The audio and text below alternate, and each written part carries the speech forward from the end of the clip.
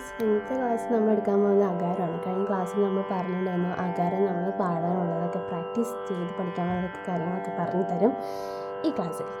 So ഇന്നത്തെ class അകാരമാണ് guys.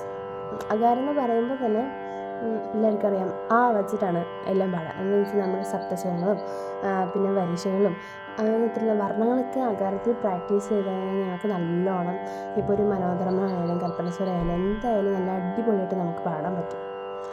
അതാണ് ഈ അകാരം കൊണ്ടുള്ള പ്രയോജനം. അപ്പോൾ നല്ലോണം പ്രാക്ടീസ് ചെയ്യണം. പിന്നെ നമ്മൾ ഗമങ്ങളൊക്കെ നല്ല അടിപൊളിയായിട്ട് പാടാനൊക്കെ ആയിട്ടാണ് ഈ അകാരമൊക്കെ നമ്മൾ പ്രാക്ടീസ് ചെയ്യുന്നത്.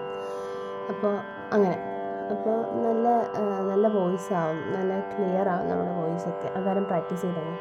പിന്നെ നിങ്ങൾ കേട്ടിട്ടില്ലേ, ഈ പുഴയിൽ ഇത് കഴുത്തിലൊറ്റ ഇവിടം വരെ വെള്ളം ഇങ്ങനെ മുങ്ങിക്കിടന്നിട്ട് നമ്മൾ അകാരമൊക്കെ പ്രാക്ടീസ് ചെയ്ത് കഴിഞ്ഞാൽ നമ്മുടെ വോയിസൊക്കെ നല്ല ക്ലിയർ ആവും എന്നൊക്കെ പറഞ്ഞിട്ടില്ലേ. അപ്പോൾ അതൊക്കെ തന്നെയാണത്. അങ്ങനെയൊക്കെ പ്രാക്ടീസ് ചെയ്യുന്നത് നല്ലതാണ്. പക്ഷേ ഞാൻ ഇതുവരെ ചെയ്തിട്ടില്ല. ഞാൻ ഒരു പ്രാവശ്യം അങ്ങനെ ചെയ്തിട്ടുണ്ട്. മുഴുക്കുളം അമ്പലത്തിൽ മിനോടും ഞാൻ കുറച്ച് ഫ്രണ്ട്സൊക്കെ ആയിട്ട് പോയപ്പോൾ ഞങ്ങൾ രാവിലെ നടക്കാൻ പോയിട്ട് തിരിച്ച് വരുന്ന ടൈമിൽ പുഴയിൽ കുളിക്കും. അപ്പോൾ ആ ടൈമിൽ ഇങ്ങനെ എഴുന്നേറ്റ് പ്രാക്ടീസ് ചെയ്തോ എന്ന് പറഞ്ഞിട്ട് ഞങ്ങളങ്ങനെ ജസ്റ്റ് ഒന്ന് പാടി നോക്കിയിട്ടുണ്ട്. പിന്നെ ഞങ്ങൾ പാടിയില്ല. പിന്നെ എൻ്റെ അമ്മ പുഴയിലൊന്നും ഇറക്കിയില്ല. അങ്ങനെ ഞാൻ പോയിട്ടില്ല.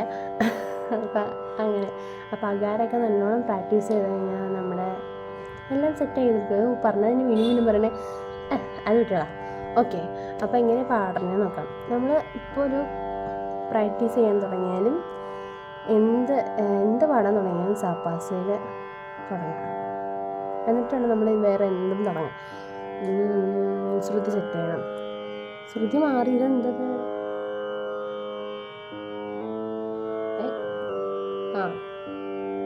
കഴിഞ്ഞ ക്ലാസ്സിലും മാറി ശ്രുതി ഇല്ലേ, ഓർക്കണ്ടേ?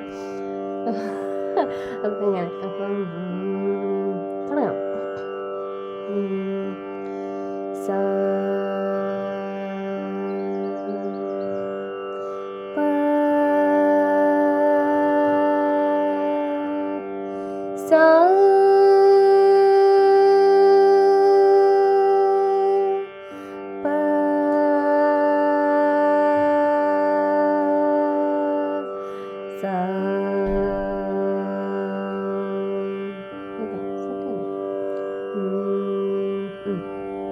അപ്പോൾ ഓക്കെ.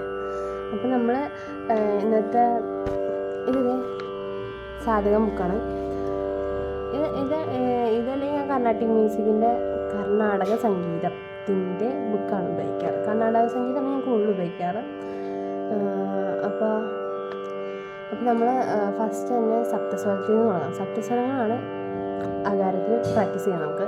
അത് കഴിഞ്ഞിട്ട് പിന്നെ അടുത്ത വരിശകളും വർണ്ണങ്ങളൊക്കെ നമ്മൾ പഠിച്ചു പോകുമ്പോൾ അകാരത്തിൽ പ്രാക്ടീസ് ചെയ്ത് തുടങ്ങാം.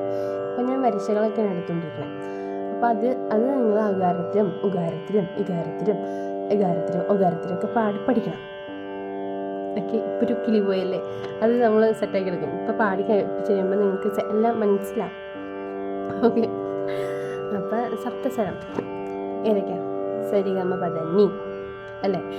അപ്പോൾ നമ്മളത് പാടാം. സരി ഗ മ പ ധ നീ സ നി ധ പ മ ഘ രി സ രി ഗ മ പ ധ നീ സ നി ധ പ മ ഗ രി സ ആ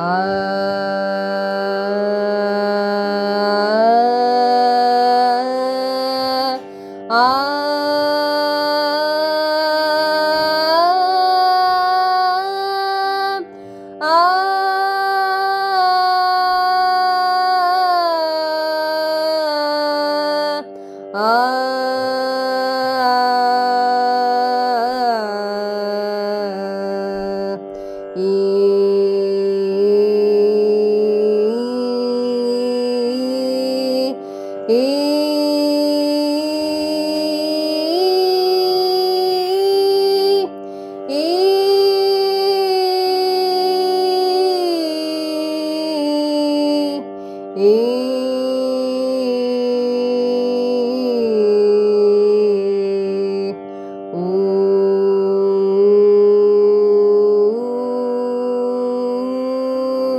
ഊ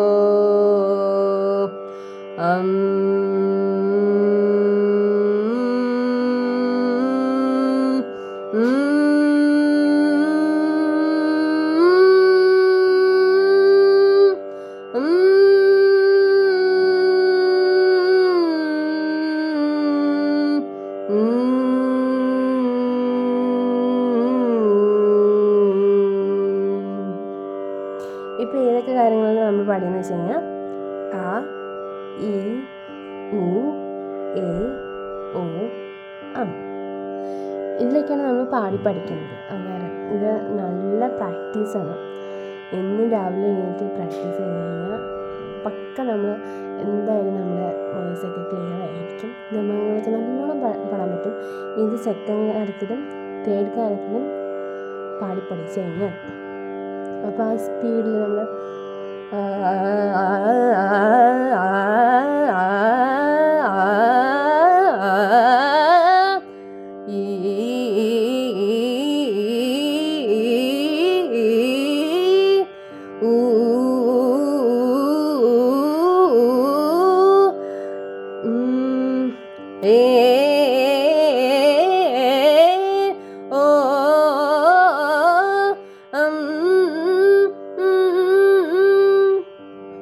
ഇങ്ങനെയൊക്കെ പാടാം. അപ്പം അങ്ങനെ ഇതിപ്പോൾ ഞാൻ പാടിയത് എന്താണെന്ന് വെച്ചാൽ നമ്മൾ കൽപ്പന സ്വരങ്ങളൊക്കെ നല്ലോണം കൽപ്പന സ്വരത്തിൻ്റെ പ്രാക്ടീസാണ്. ഇതെന്താണെന്ന് വെച്ച് കഴിഞ്ഞാൽ നോക്കട്ടെ കേട്ടോ. ഇതെന്നെ സാറ് പഠിപ്പിച്ചതാണ് ഈ അടുത്ത ടൈമിൽ.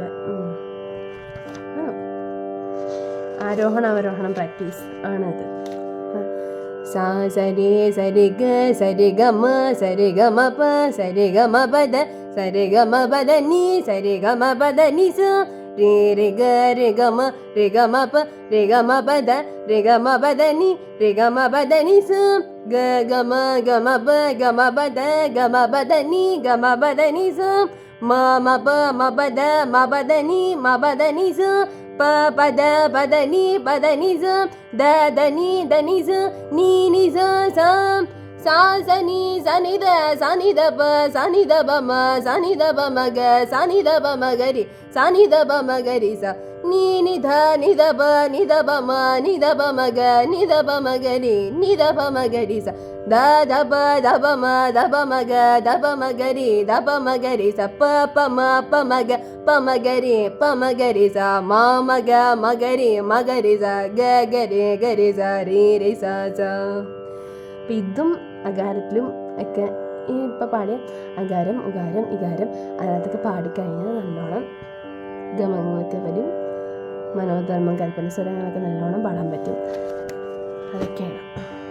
അപ്പം നല്ലോണം പ്രാക്ടീസ് ചെയ്യാം. എല്ലാവരും നല്ലോണം പ്രാക്ടീസ് കഴിഞ്ഞാൽ ഇപ്പം അകാരങ്ങളൊക്കെ നമ്മൾ ഇപ്പോൾ പറഞ്ഞിട്ടില്ലേ, അതെന്താ ചിലരൊക്കെ പറയണേക്കാം നമ്മൾ രാവിലെ എഴുന്നേറ്റ് ഇത്രയും കഴുത്തിനറ്റോളം വെള്ളം വെച്ചിട്ട് വെള്ളത്തിലിറങ്ങി എന്നിട്ട് പ്രാക്ടീസ് ചെയ്ത് കഴിഞ്ഞാൽ നമ്മുടെ വോയിസൊക്കെ നല്ല ക്ലിയർ ആവുമെന്നൊക്കെ പറയണം. അതൊരു കണക്കിന് ശരിയാണ്.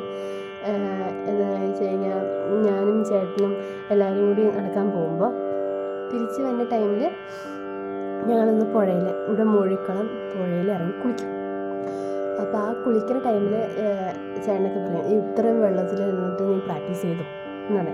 അപ്പോൾ ഒരു പ്രാവശ്യം കണ്ട് ഞാൻ ഇറങ്ങി, ഒരു പ്രാവശ്യം കൊണ്ട് പ്രാക്ടീസ് ചെയ്തു. അത് പിന്നെ അങ്ങോട്ടേക്ക് എനിക്ക് പ്രാക്ടീസ് ചെയ്യാൻ പറ്റിയിട്ടില്ല. എന്താണെന്ന് വെച്ചാൽ എൻ്റെ അമ്മ പുഴയിൽ ഇറക്കില്ല.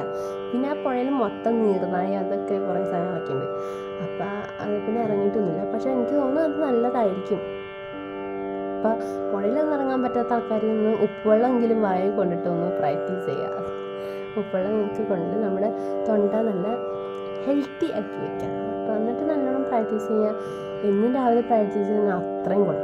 6 മണിക്ക് മുന്നേ പ്രാക്ടീസ് ചെയ്ത് കഴിഞ്ഞാൽ അത്രയും നല്ലത് എന്നാണ് എല്ലാവരും പറയാറ്.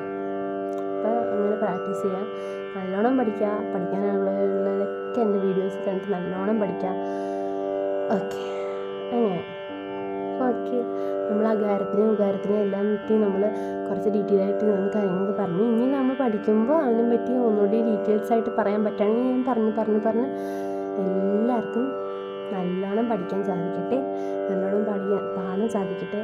എല്ലാവരും ഭാവിയിൽ നല്ല ഗായകന്മാരും ഗായികകളും ആയി വരട്ടെ എന്ന് ആശംസിച്ചുകൊണ്ട് ഞാൻ നിർത്തുന്നു.